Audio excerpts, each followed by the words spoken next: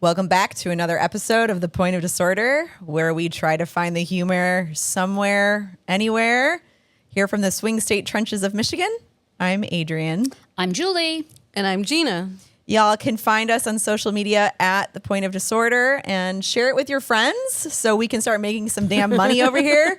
Because it's broke girl summer and we're really busy building our bunkers on a budget and ordering pizzas, apparently. That's right. Podcast and don't pay, but some people still have pizza money out there. Yeah, tell us more about pizza money. Okay, have you guys heard of the pizza index theory? No. Not until this morning, Gina, and I was so confused. There was like, in our group text, there was like, we've got to talk about pizza index. And I'm like, what the fuck is a pizza index? Well, I sent the meme, the Elmo meme with the pizza pepperonis behind him last night. But okay, there is a theory called the pizza index. And basically what it suggests is a sudden spike in Pentagon pizza orders can suggest looming global conflict. Does it matter what the toppings are? No. Okay, just any pizzas. They should be registering if any have pineapple on them. Does pineapple mean more problems? No, gross. No. No, basically what we do is we look at the pizza places near the Pentagon and Arlington, Virginia, because that's where the Department of Defense is. And we saw a big spike last night around 7 p.m. Eastern time. Huge surge in activity at all the local pizza parlors. So, I mean, basically we feel like the pizza index generally predicts like a new conflict happening. So is the pizza order predicting the Iran-Israel conflict? So basically they're there overnight, so therefore they have to bring in food is the bottom line. Exactly. To summarize it. Yeah. Okay. All right. It all started, there's a viral Twitter account called Pentagon Pizza Index. Oh, shit. It's been doing this for years and years.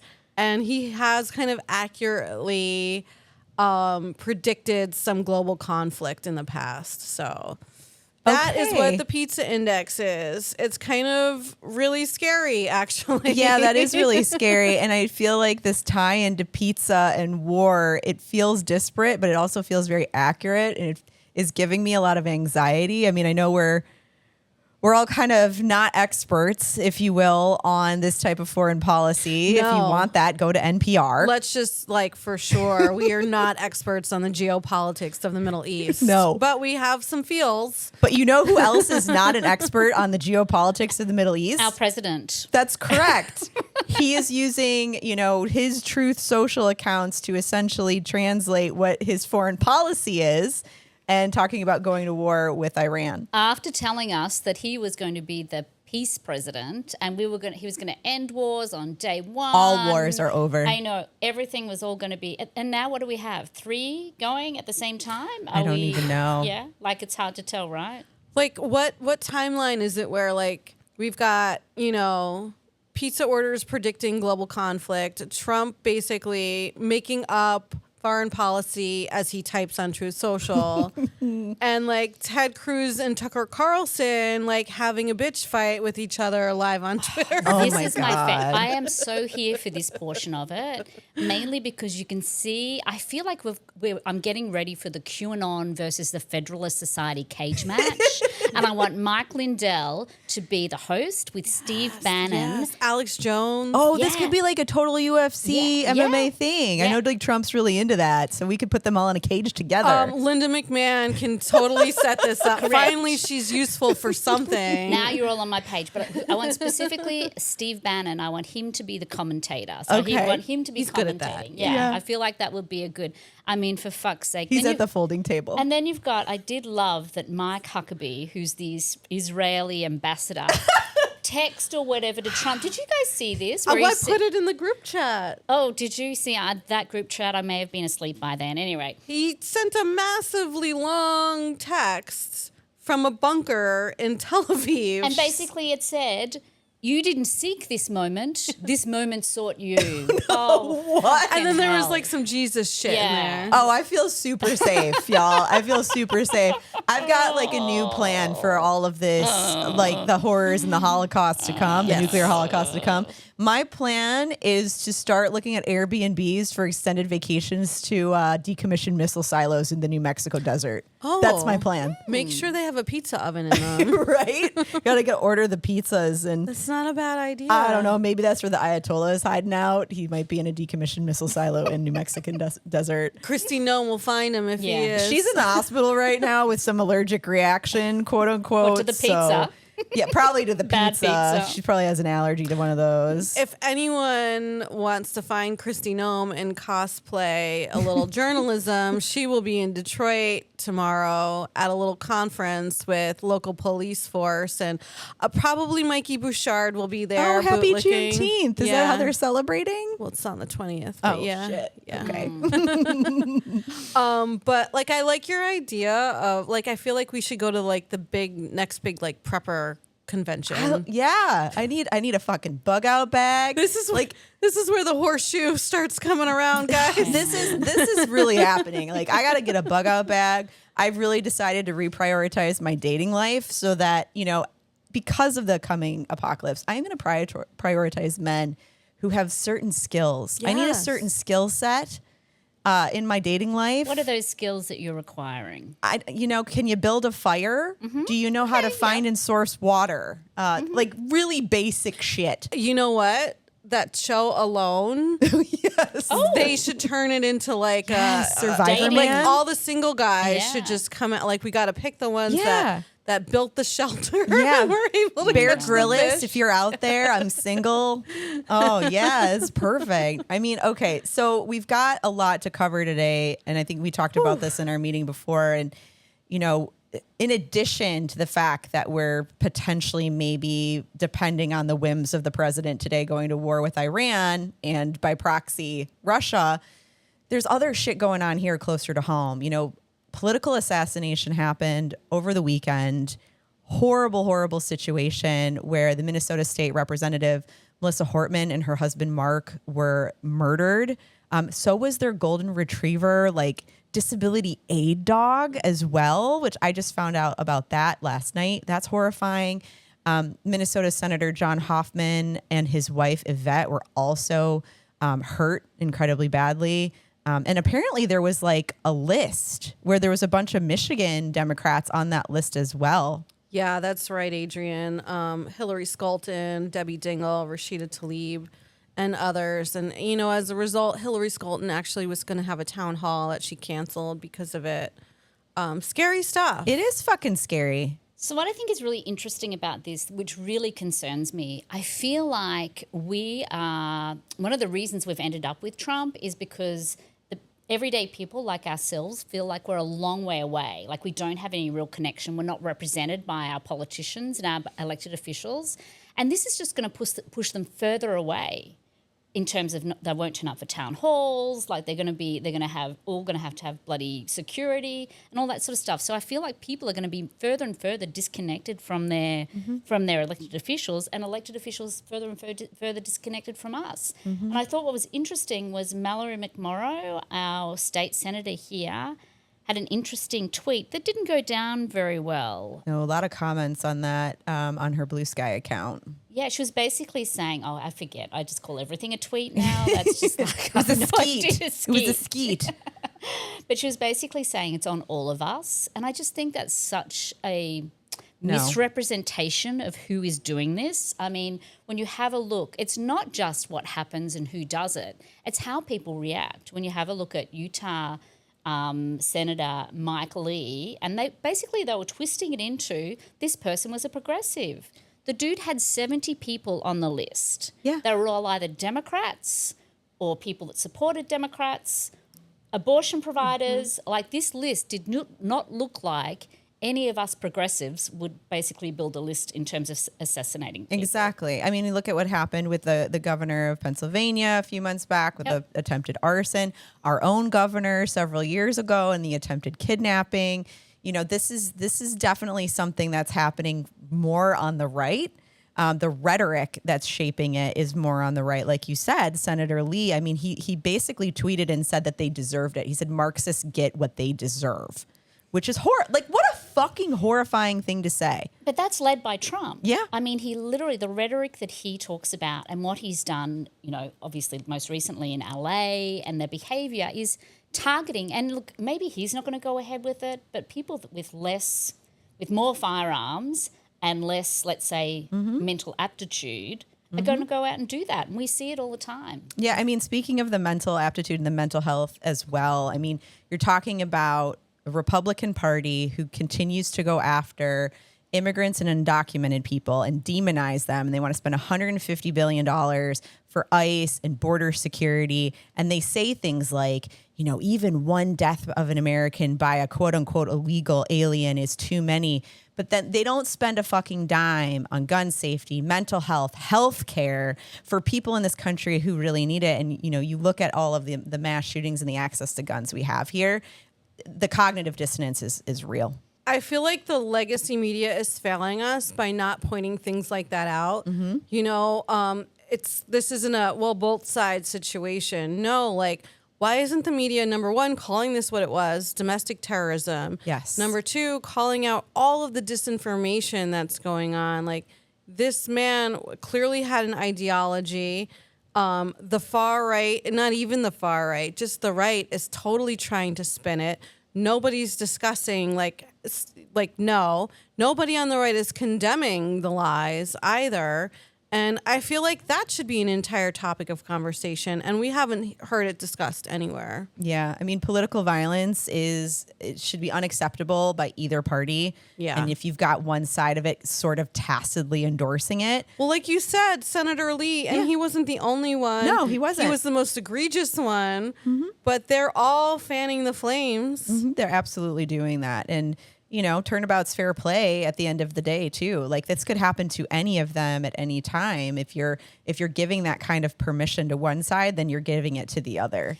And I also think about then what is the likelihood for decent people to then want to stand up and actually become elected officials? You know, like if you're going to put your family, you know, your dog, your entire family on the line every time you do this.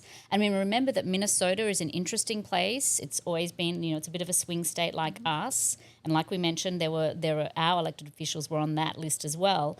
But they had that woman, the woman that was actually murdered, she had been part and actually led, being the leader of the party when they did some incredible, with a very narrow margin, they basically did some incredible things, including, you know, healthcare. They made some amazing changes over in Minnesota. So, They you know, absolutely did. to say that wasn't targeted is just complete bullshit. I do want to go back to what you said too, Julie, about people being afraid to step up and run, and even our elected officials who are currently serving and the fear that they're living in. I want to tell people out there who may not realize this, but our members of Congress, our state house members, our state senators, they don't have day-to-day security. That's something they have to pay for out of their own pocket. You know, remember what happened with Nancy Pelosi's husband a few years ago as well. That's something they have to pay for. They don't have Secret Service just tailing them anywhere. And that shit's expensive. You're hiring a full-time security detail. You know, so that's what's really scary is, you know, we want people to step up and serve. Once again, this was, you know, the pro-peace party. Jesus. The pro-peace part. It's like opposite day with them every single time. Totally. All the time. And you can't forget the fact that these people literally Trump pardoned January 6th. So if that's not an invitation for all the crazies to come out and do the fuck what they want, I don't know what is. I mean, on top of that, you know, the president in any kind of situation, like President Biden would call anyone, you know, regardless of political affiliation and say, hey, this was a horrible tragedy. What can we do for you? Trump has not called Governor Walz. He has actually gone on the record and called him whacked out and said, why would I waste my time calling him?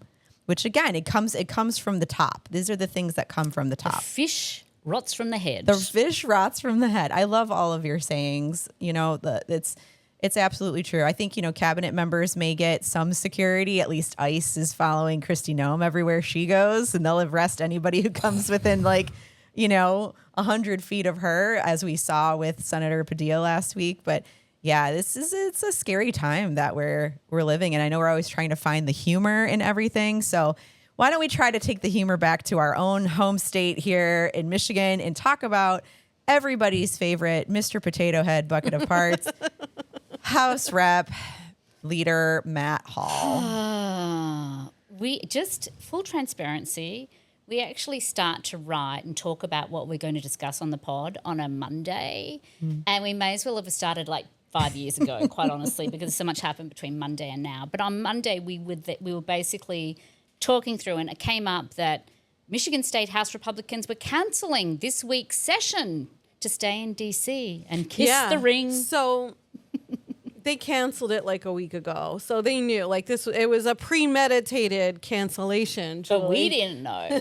We didn't know. No one had been told. They'd already just decided, but yeah. Yeah. So 70 of our Michigan House MAGAs. So basically all of them.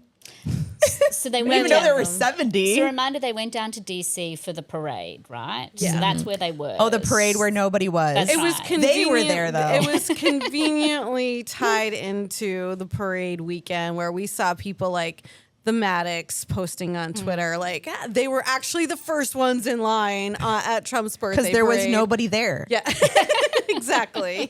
Okay. Way to be proud of yourselves. You didn't get up at 4 a.m. This wasn't some Star Wars reboot that you wanted to sit outside in the middle of the night for. This is because nobody was fucking there except the Maddox and then the House Republicans from Michigan. They had to invite them. 100%. So like Matt Hall has been touting how I'm getting the K through 12 budget done on time for July 1st. And then he goes and cancels a full week's worth of sessions. So the Michigan MAGAs could descend upon DC, kiss the ring, go to the White House, and just stick their heads as far up Trump's ass as they possibly could. That's why I lovingly call them the Fuck Them Kids Caucus. Yes. Yep. So yeah, I mean, it kind of ridiculous. And then as we're learning all of these facts, Matt Hall doubles down and he gives a quote to the press on, what he thinks about Trump's Medicaid cuts and the SNAP, the food assistance programs and whatnot. And he's like, yeah, totally here for it. Like, Yeah. great. Yep. Let's do it. I love the quote where he basically says, well, basically fuck them.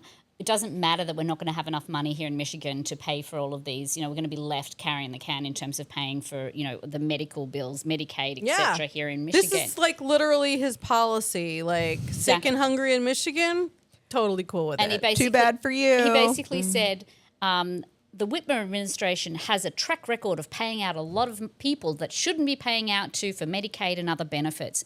These are fucking kids. A We're million talking about Medicaid. children.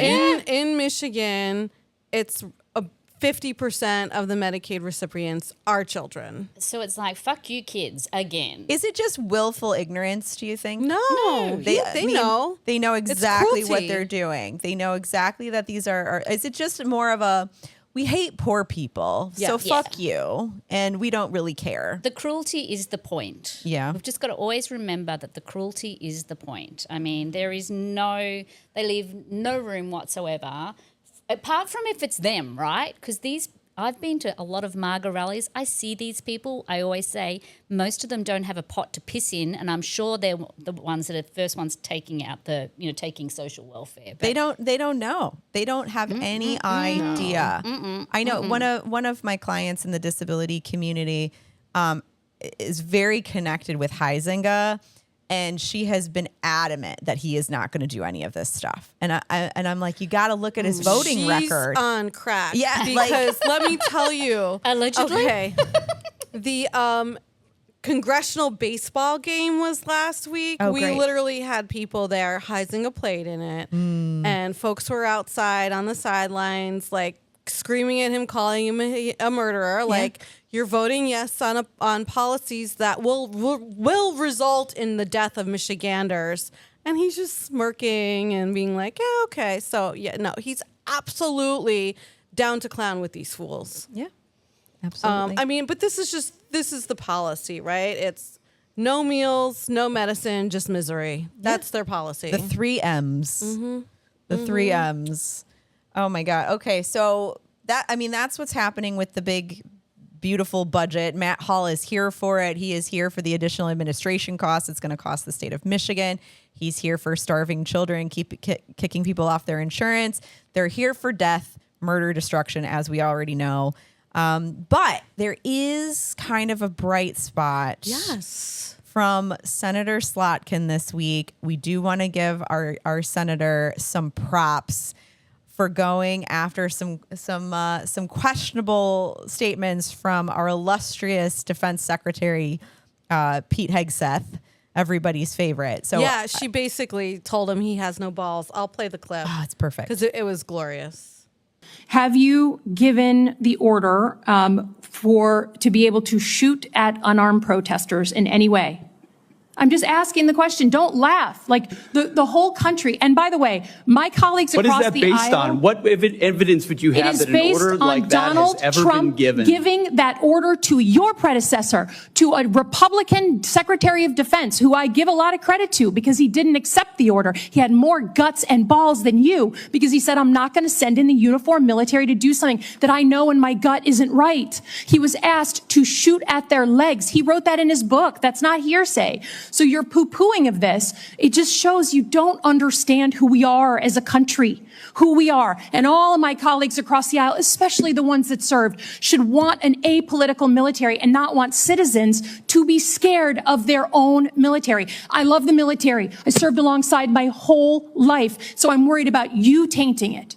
Have you given the order? Have you given the order that they can use lethal force against honor? I want the answer to be no. Please tell me it's no. Have you given the order? Senator, I'd be careful what you read in books and believing it, except for the Bible. Oh, my God. So your former predecessor, I guess that's not enough for you. Okay, on Iran. Yeah, just the First of Bible, all, everybody. Just the Bible, where men live to be 700 years old and have multiple children, and the bushes are burning and talking to you. That's what you should be believing in. Yeah. And also he didn't say no, that he hasn't directed lethal force against protesters. No, because he doesn't want to be on the record as saying that. Because great. Obviously this is in reference to what's been happening in Los Angeles. We all know and witnessed, a journalist from Australia getting shot with a rubber bullet. That protesters were being shot with rubber bullets. We've seen it across the country. Across the country. Officers on horseback having their horses trample protesters, beating them. Cars, vans, running people over. I saw a woman where officers were standing in front of her apartment building. She stood 10 feet away from them and said, I live there. Can I go in? She did not move, and they shot her with a rubber bullet anyway. I saw that one too, and I was really surprised that didn't get more airwaves. Like, I'm finding it stunning. Yeah. I don't want to shit on legacy media again, but quite frankly, they're just not showing this stuff. It's normalization. That's part of the process, right? That's part of this backslide into a fascist dictatorship is the more you normalize this really horrible, heinous behavior, the more people tend to turn away and go back to their cat videos. Yeah, that's true. I mean, props to Alyssa Slotkin. I feel really proud right now. She said balls. She said balls. No, but apart from that, she really took it to him. And in good news, he didn't sound that drunk, so that was probably a good thing. I mean, maybe it was the beginning part of the day. Yeah. That was live this morning. It was early. Yeah. It was before his first whiskey. Okay, Right. fair enough. Yeah. But yeah, I mean, big props to her though, because that's Yeah. like somewhat more. I want to see more of that. Yes. More of that. Yes, people. more Alyssa righteous Slotkin, indignation. Well, just tell them they've not got no balls and call them out and Yeah. ask them questions they have to fucking answer. That's right. Put them Ask on the them direct record. questions. Exactly. Put them on the record. I think what's interesting about that particular commentary, like her putting him on blast, is we did just have no kings over the weekend. And I know some of us went to the protests. I personally don't protest because I don't like to be in crowds. I've never liked to be in crowds. But I do think that there was a huge groundswell and energy of people across the country with the protest. They went out and said, fuck this shit. We're protesting anyway. We're not afraid of you. We don't want any kings. More people obviously turned up at the protests of the parade, which was the goal. So I would love to get your takeaways from what you saw out there. I was there with our awesome Distill crew, and it was great. It was a day of honestly like hope and community, which we sorely needed at that time. But we went to the parade. It was like a rally and march in downtown Detroit, in Southwest Detroit, which is a Latino community. So it felt especially, it felt especially warm to be there in community with a very like wide range of people. Like it was nice. And I have to say, we had like 6,000 people at ours. Yeah. I mean, thousands gathered. Like, I mean, Julie told me like Upper Peninsula Marquette had 4,000 people marching. Yeah. She talked to a lovely woman about it. I did. Who we promised we talk about it on the podcast. But I mean, they saw like thousands in Holland, Michigan. My parents were in Gaylord protesting with like hundreds of people in downtown Gaylord in northern Michigan with their signs. It was so great. My parents were like sending me video, all cute. this stuff. Our giant Trump chicken was in Ferndale. I'm going to put some posts in our Instagram stories. Like, we have a 10-foot tall blow up Trump chicken named Donnie Nuggets. He's glorious. And like, I keep seeing photos of him all over Facebook right now. I mean, I think they had about 6,000 in Ferndale also. So Awesome. It is amazing. And I just to my friend Susan, one of our great followers and listeners, she did contact me about Marquette.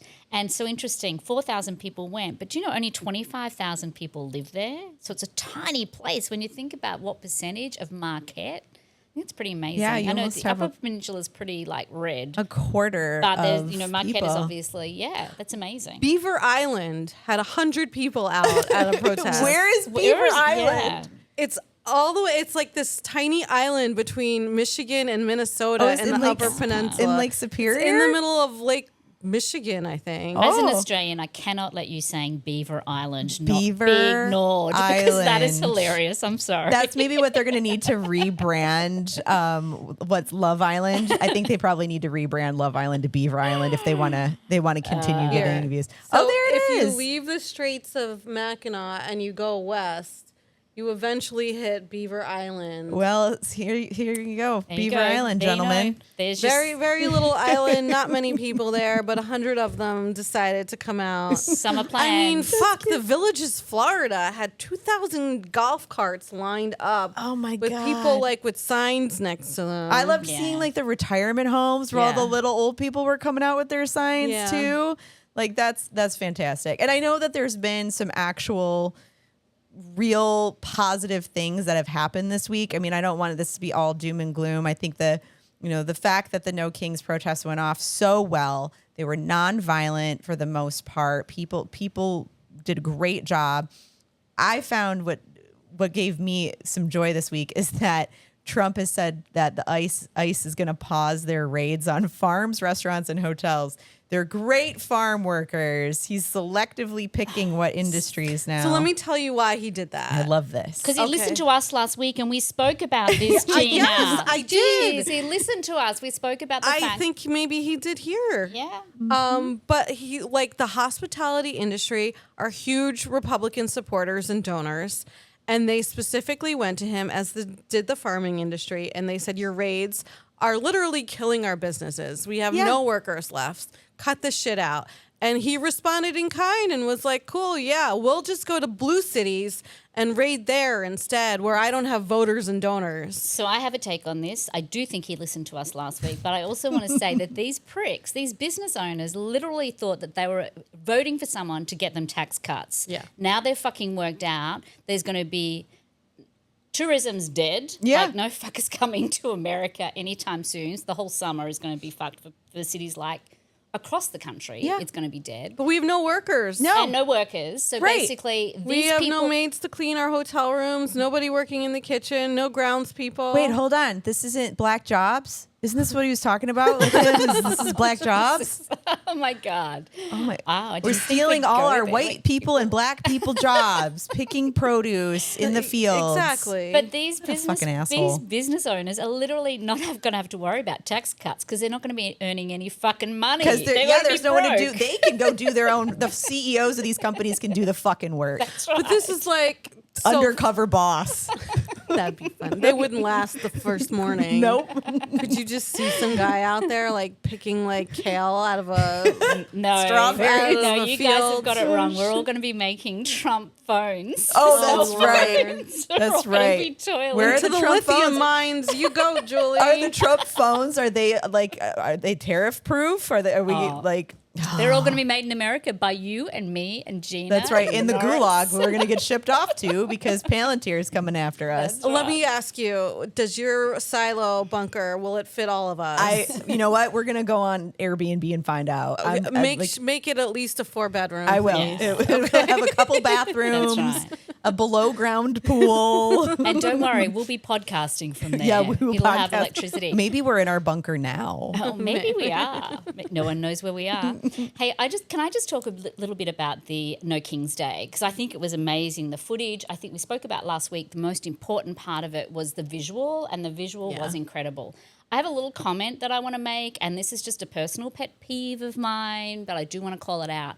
The one thing that always concerns me is that I remember back in 2018, after Trump got elected 2018, everyone was like, all of our community were out there, we're all indivisibling, we were doing this amazing stuff. Fast forward 2022, Roe falls, people get activated. 2024, last year, and Gina can attest to this because it was so hard to get people activated, particularly younger people last year. And now I'm seeing all of these people come back around with this No King stuff. And the message I want to send to all of them, I saw photos of people that I haven't seen active in at least 2 or 3 years.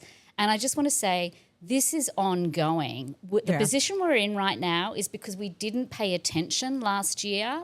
So it's so important. So it's no good just going to the No King's Day and getting that amazing, dopamine hit that you got, feeling great, being around taking your community. selfie and posting it on your Facebook. Correct. Yeah. There are things that you need to do. There are actual things, and it's not just marching every other week. Julie, tell people what they can do. I've got a fucking list. I knew it. I have got a list. So first of all, you need to make sure your friends, family, and neighbours all vote. Yes. Right? No matter what the fucking election, it doesn't matter. They all have consequences. Get on the permanent absentee ballot Exactly. list. Period. Make it a habit. Yes. Make it a habit.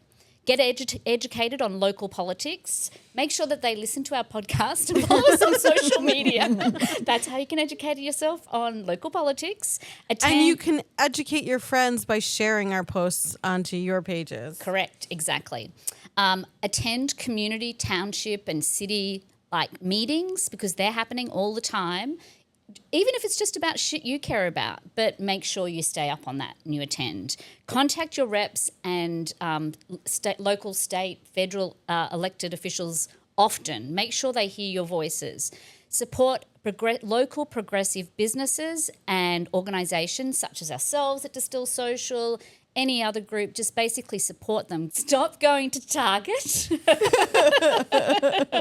and start supporting small local businesses that support us.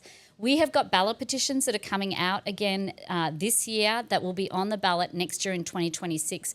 If you're connected with Distill Social, make sure you sign up to get our emails. We're going to be sharing a lot of information about these ballot petitions because these ballot petitions are going to make a huge difference. We all know from 2022 how important ballot petitions are. We can't trust all of our local elected officials to basically do the things that we need to be done to protect us. We speak about that a lot. So we're taking it into our own hands. So Distill Social is part of a coalition.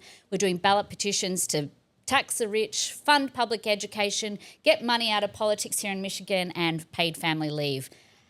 I feel like I've given a long list. But anyway, there's a lot of shit to be done. So do not check out. It's not just the parades and the fucking protests. There's a lot of work to be done on the ground each and every day. You can eat the whale one bite at a time. You can. You know? I'm going to tell everybody that was a long list. Just subscribe to our newsletter. Come to our website, distillsocial.com. We will email you the things as they come out. That's right. We absolutely will. Well, it's a lot to get through again, as usual, because every single day feels like 6 years. But thank you all for joining us this week. Yes. And if you like hearing about things like the pizza index or the fucked up things the Michigan Republican House Speaker is doing on like a near daily basis, like subscribe to our podcast. Give us a cool comment. We need more of those. Thank you. Share. Tell your friends. It's all broke the girl things. summer. Yeah. You need to be sharing. We got to get paid for this shit, and we're not right now. So, with that said, we'll see you all next Thursday.